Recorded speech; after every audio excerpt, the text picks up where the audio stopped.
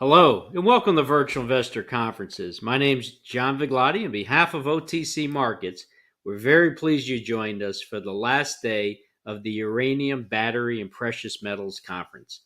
Starting us off today is a live presentation from Serabi Gold. Please note you can submit questions for the presenter in the box to the left of the slides, and you can also view a company's availability for one-on-one meetings through the Schedule Meetings tab found on the conference platform. At this point, I'm very pleased to welcome Michael Hodgson. He's the Chief Executive Officer of Serabi Gold, which trades on the OTCQX Best Market under the symbol SRBIF and on AIM under the symbol SRB. Welcome, Mike. Thank you very much. Pleasure to be here. My name is Michael Hodgson. I'm the CEO of Serabi Gold, and as you just heard, we're on the OTC, recently listed, and obviously pleasure to actually ring the bell recently. And we're also on AIM, and we're actually also on the TSX as well. So we're on 3 exchanges now. So that's it. I'm pleased to be here on the 2nd of May to update you with, make you aware of what Serabi is and what a good investment opportunity we are. Just moving on to presentation, safe harbor statement. Right, what we're really about. So Serabi Gold is a high-grade underground gold producer in northern Brazil. We're in the state of Pará. If you look on the map there on the right-hand side, you can see Pará is a very large state, and it's actually a bit of a frontier, but it's vying to be the top mining state in Brazil. What underpins our story is really the Palito complex. It's a high-grade underground gold mine that's been operating for over 20 years. It was founded by our founder, an Australian private company that went there. In 2005, we listed on the AIM. 2011, we listed on the TSX, and recently we listed on the OTC. We've got the Palito mine is a 30,000 to 40,000 ounce gold producer. In fact, it operated from 2005 to 2009, stopped, and it's a brownfield restart, which we restarted back in 2012, 2013. And since that time, it's been a stable 30 to 40,000 ounce high-grade producer. Our immediate growth plans are to develop the Coringa mine. Now, the Coringa mine is actually very nearby to Palito. It's a very similar deposit. It's about another 30 to 40,000 ounce mine. We acquired this in 2018 from Equinox, or Anfield Gold, which got rolled into Equinox. It was a small high-grade asset which they drilled out, but it was a bit small for them. Makes great sense for us because we're already a 30,000 ounce producer, 30, 40,000 ounces to add that on. That's obvious growth. I'm going to come on to how we're going to build up our 6,000 ounces in a very capital-light, cost-effective way. And around both of the two deposits, which are around 500,000 ounces each, there's tremendous exploration upside, which I'll talk to as well. So if you look at that top graph there, it shows our Palito production since we went into production back in 2014, 18,000 ounces in our first year. And it's been sitting around the sort of 30 to 40,000 ounce range ever since. You can see on that graph there, on that stacked bar graph, the green is where Coringa starts kicking in. We've just started the Coringa mine. It's in development at the moment. It's slightly and starting production. And you can see the ramp up is basically getting us to 60,000 ounces. 2 mines, each producing about 30,000 ounces by 2026. We sit with about $11 million in cash. We're generating positive cash, and we're actually building the Coringa story out of our own cash flow. We haven't raised money. We've got a little bit of debt in Brazil, $6.4 million local debt, but as I said, this is all being built out of cash flow. A little bit about the capital structure of the company. As I say, we're sitting with a price today of around 65p, a little over a Canadian dollar, close to Canadian dollar. We've got a market cap of about 50 million pounds, which is close to 65, 70 million US dollars, I guess. The graph at the bottom there shows how we've enjoyed a good past 6 months. That's largely come from 2 events. First of all, a new resource update at Palito mine, our first mine, and getting our mining permit at Coringa, which is obviously pivotal. We'd actually, since we acquired Coringa, we've been spending the last 3 years going through the permitting process.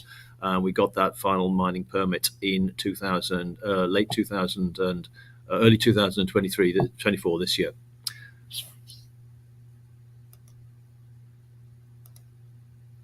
The board there's myself there. I'm the CEO, and you can see there's other people there on the board. Our two main shareholders, Greenstone Investment. If I can just go back, I'll just go back actually to this structure. Shareholders there. You'll see on the shareholder register there, we've got two big shareholders of 25% each. Fratelli, which are a high net worth family office in Chile. They're a 25% shareholder. They've been with us a long time. They actually underwrote the financing for us to restart the Palito mine back in 2013. And Greenstone, they came in, they're a private equity fund out of London. They came in when we actually acquired the Coringa asset and bought that for cash, again, largely out of Treasury back in 2018. The rest, we've got some small institution funds out of London, River and Mercantile, Premier Miton, and the rest is basically retail. Most of our trading has been on AIM to date, but pleased to say that OTC is certainly contributing to our liquidity at the moment. ESG, I like to say that we are a para company rather than a company in Brazil. We probably, being an underground mining company and two underground mines, our footprint is very small. We're obviously in a part of the world which is environmentally sensitive. So it's great that we actually are underground. Our footprint is very small.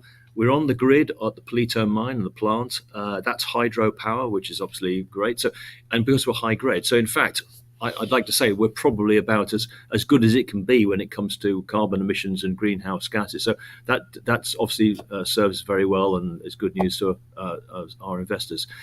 In terms of the local community in Pará, we actually employ, most of our people are local people. It's not Brazil has a big mining culture. It doesn't really have a very big underground mining culture. Well, I don't think many of the world countries of the world do these days.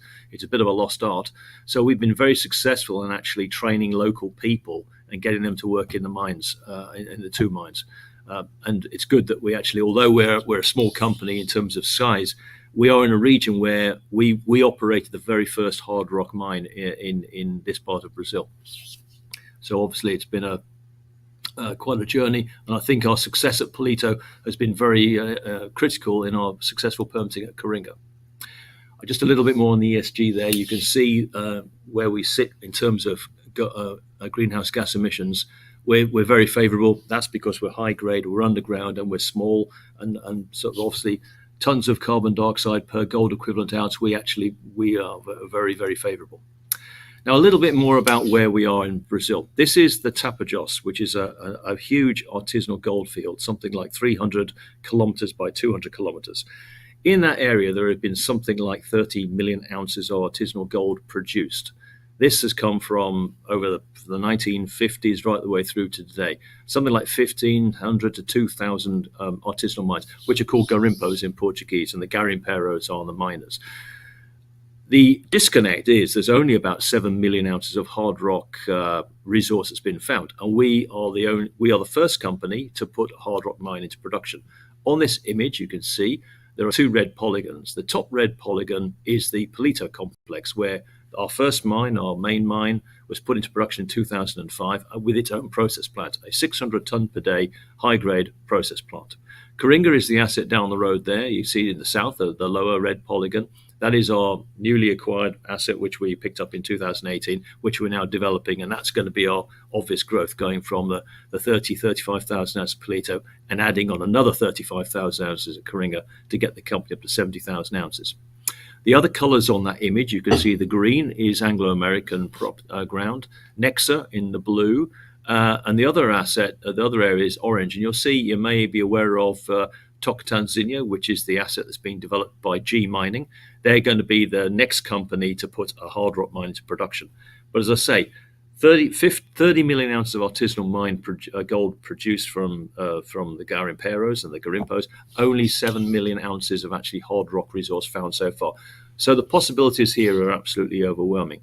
You may ask the question, why is it like that? Well, the actual area up until recently was quite difficult to get to. It hadn't had any systematic exploration, and that put a lot of people off. Getting there was difficult. The infrastructure was difficult. So we, in a way, had first mover advantage, having put the Palito mine into production. Things have changed a lot. If you look on an image there, you'll see the road, that black line joining Palito and Coringa is now a federal paved road. That's come into play because of the soya production that's from the south of Brazil is now coming up that road. And the government under Bolsonaro had that road paved. And that's made our life a lot easier. When we bought Coringa, we had no belief that we can actually have Coringa and Palito with some kind of shared synergy. The fact the road is now there, trucking between the two sites is now very doable. Energy's come up that line too, and trucking costs have come right down. So we're having a bit of a rethink about the way we're moving forward. And the fact we're going to actually move Coringa ore now from the plant, from Coringa, and move it up to Palito and treat it there. And I'll come on to how that's going to work very well for us. A bit about Palito itself. High-grade mine, 500,000 ounces, very open, very possible to increase that. You'll see there it's 8 grams per ton, selective mining, underground. We produce there in the graphs, you can see, up to date, we've produced about between 30 and 40,000 ounces. This is without the Coringa contribution, really, and you can see there the AISC is there. Over the last few years, COVID and since COVID, obviously AISC's gone up as the ounces have come down a little bit. How do we address that? More ounces, and that's where Coringa comes in. Now, this is the key to our story, I think, and I think it's what I want people to take away. We are very committed and done an awful lot of work on ore sorting. We actually purchased an ore sorter at Palito in 2019 and commissioned it during the pandemic. Those stats there you can see, typically it would take low-grade ore, 1-2 grams, and it can actually scavenge out and remove the waste. So you end up not sending all that material through the process plant. You can just high-grade and just get the ore out of it. On the right-hand side, you see a picture of a miner. It's very selective mining, and you can see that the actual the vein itself is about 0.5 meter wide. He's selectively mining it, but the stopes are about 1 meter wide. So even selectively mining them as well as you can, you still end up getting quite a lot of waste rock into the system.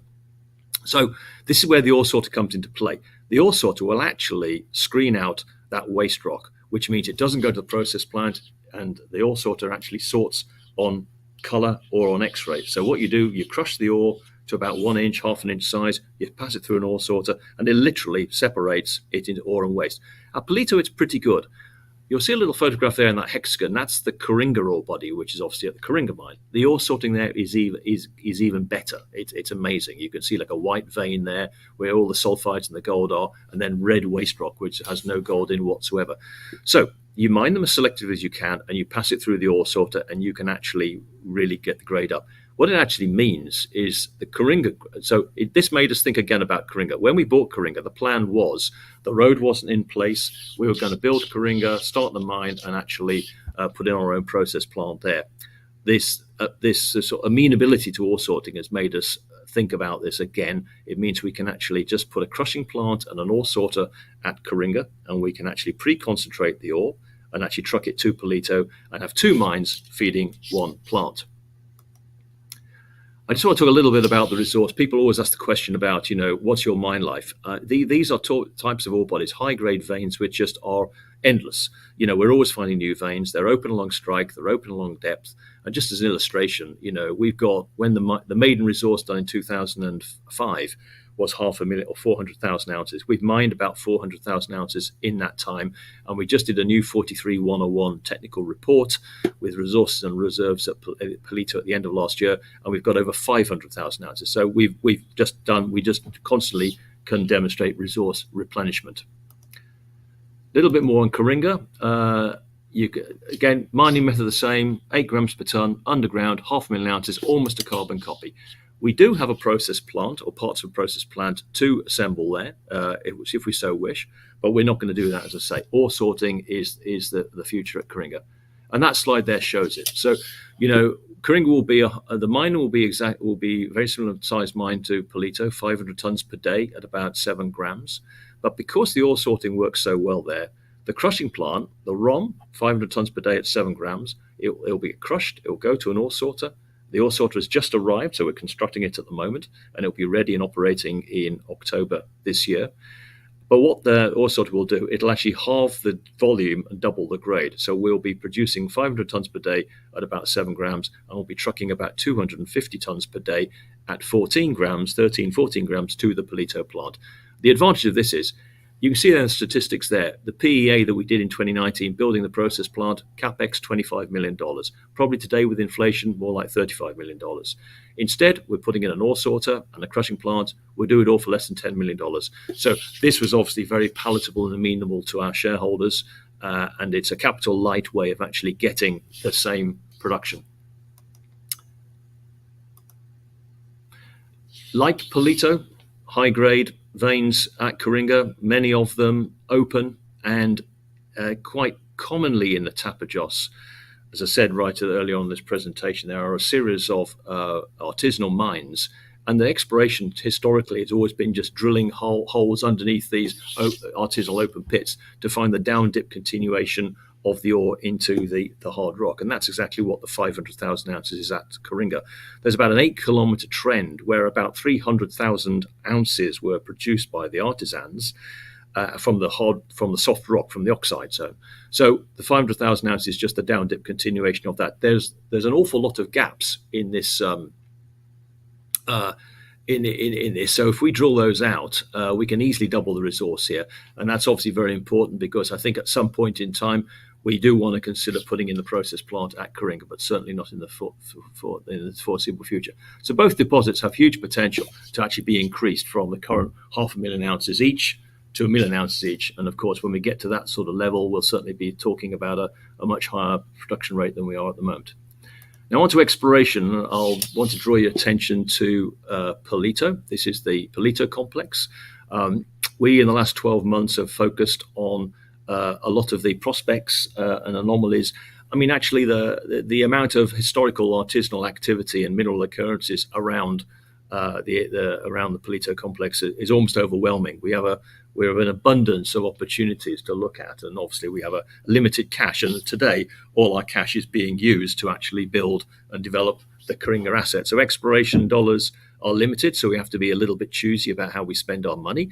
But what we did last year, we had an alliance with Valley Base Metals. They weren't interested in gold, but they were certainly interested in copper. And so we had an alliance with them, and we advanced these 7 areas, which has been very interesting for us. One is called Matilda, which is number 2. It is in fact, is a little bit different from Palito, being high-grade gold. This is a porphyry copper prospect, which we've advanced and got a small resource on. We're hoping that we're going to find a partner to come in on that in this next 12 in this year coming. But we've got some other areas there. I'll draw your attention to a couple there. One called São Domingos, which is a very high-grade gold area, which has got an artisanal mine alongside it, or has had one. And that's obviously a very interesting gold-looking prospect, which we'll drill this year. And number 5, called Calico. Now, this is only 2 kilometers from the Palito plant.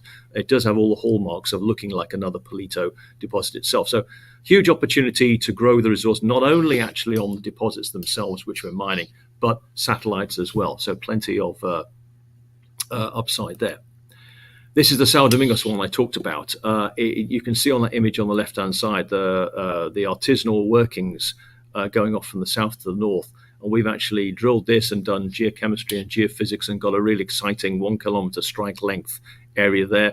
We drilled the one end of this and got 7 meters at 258 grams per ton. So we're about to start drilling this, and I think this has the very potential to, hopefully, with luck and success, we can be putting a resource on this quite soon, and maybe it's going to be another satellite deposit, which will obviously feed into the system. And I look at all of these opportunities. All the gold in the Tapajos is actually with sulfides, and it's in the same type of geology that we have at Palito and at Coringa. So I think ultimately, this ore sorting is the absolute key. It's like a paradigm shift.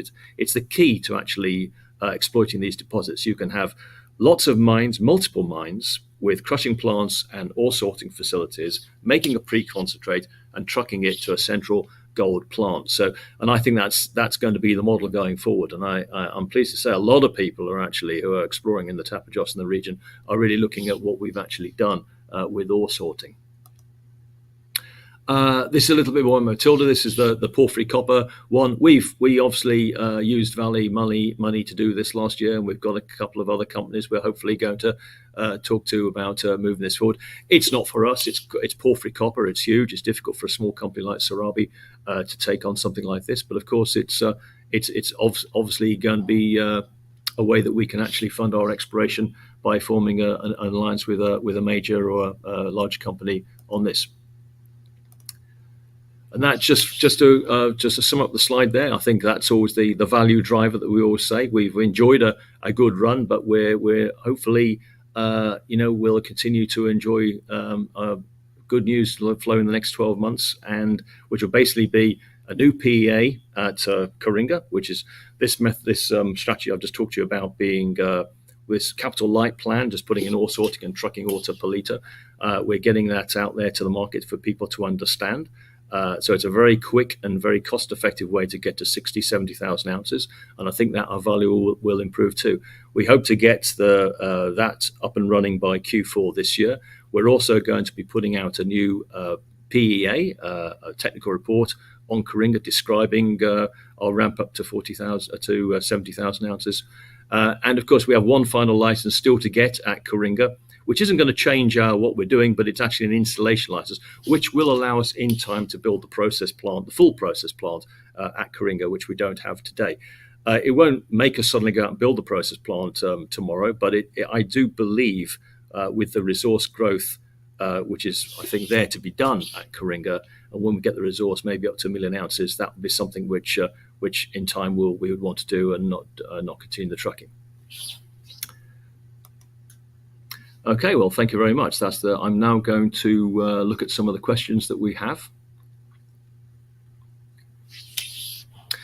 So production goals for 2024. We've ramped up our production, I think, at the very beginning.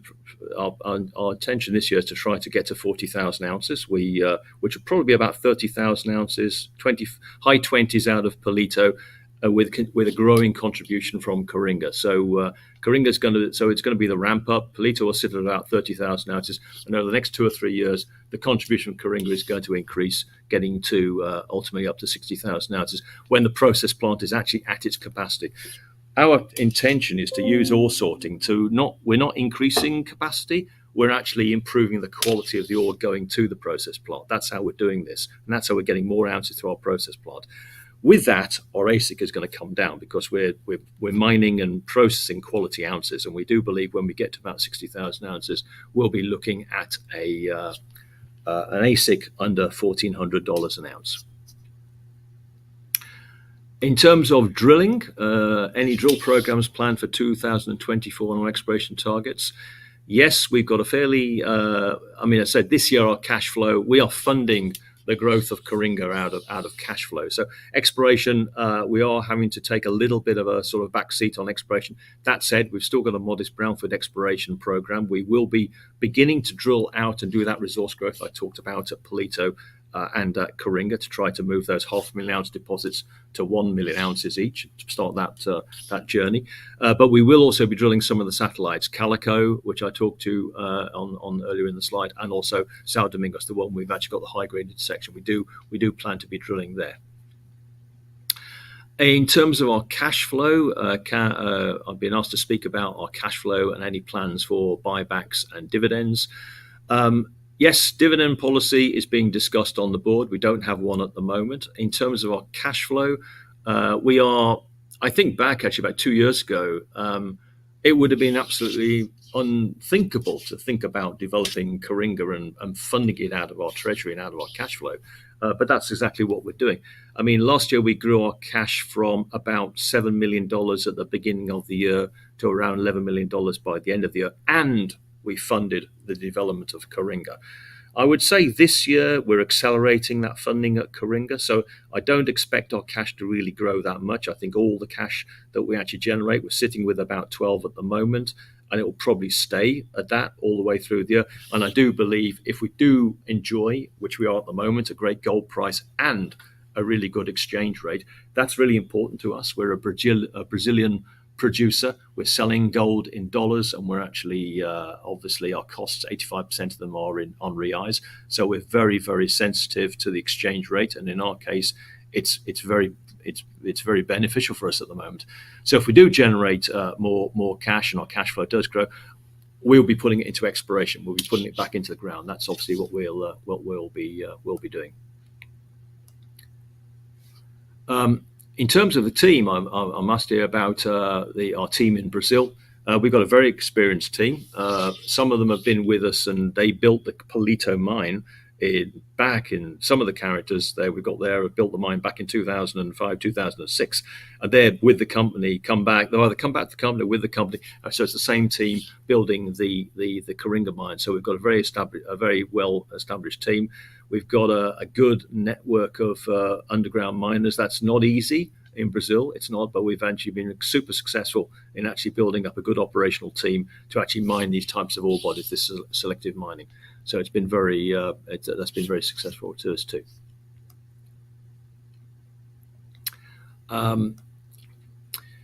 ASICs, what are our initiatives to reduce the all-in sustaining cost? I think, the main objective there is to actually accelerate the development of Coringa. That's the name of the game.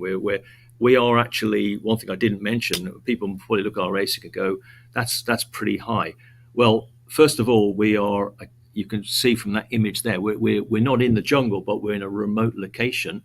There's no town nearby. Very few people go home at night. We've got a camp. It's a fly-in, fly-out. We're not fly-in, fly-out. It's a drive-in, drive-out. And most people work 20 days at site, and then 10 days work. They work a 20-10 rotation, and that means that we have to house everybody. We actually have to we have to provide accommodation. We have to feed them, and all this. So we obviously have a high G&A cost doing that, and all the travel as well. And also on the underground mine in Brazil, underground hours are limited to 7 hours per day. So it does mean we actually have a high labor cost. It's probably about 45% of our total cost, and it's a high fixed cost. And our ASIC was actually quite high in 2000, and from 2020 to 2023, it was high. During the pandemic, we cut the workforce back, and we actually ended up mining a lot of lower grade blocks. It meant the process plant was still mining 700-800 tons per day. We're still processing like 500 tons per day. It was just lower grade. So therefore, costs were the same, energy was the same, amount of people there were the same, but obviously the amount of ounces we were producing was less. So obviously our ASIC went up. The way we're addressing that, two reasons. We're producing more ounces because we're going to be producing from Coringa, but with ore sorting, we're getting the grade up of those feed ounces going to the process plant. So it's that process plant, instead of producing 600 tons per day at 6 grams, it's going to be doing 600 tons per day at 9 grams. And that's obviously going to be huge in improving our ASIC. So I think this year we're aiming to do 40,000 ounces, maybe slightly under. Next year we'll be hoping to add another 10,000 ounces to that perhaps. And then 2026 we'll be doing 60,000 ounces. And each time we do that, our ASIC is going to come down approximately $100 an ounce. So our objective is by the time we get to 2026, we'll be producing 60,000 ounces plus at an ASIC below $1,400 per ounce. That'll be our objective. I think we're actually out of questions now, so I think I'm very close to the end of the presentation. So if there are any more questions, please bring them up. Otherwise, I'd like to thank everybody for listening to the presentation, and I hope you take a look at Serabi Gold, www.serabigold.com, and this presentation is on there as well, and any other news flow, and look out for news flow this year. We'll put out our the new technical report and PEA on Coringa probably in early Q3. We'll also have hopefully news of our final license, the installation license for Coringa there too, and just continued deliverance on guidance and progress there, alongside some hopefully some very encouraging exploration results in and around the Palito and Coringa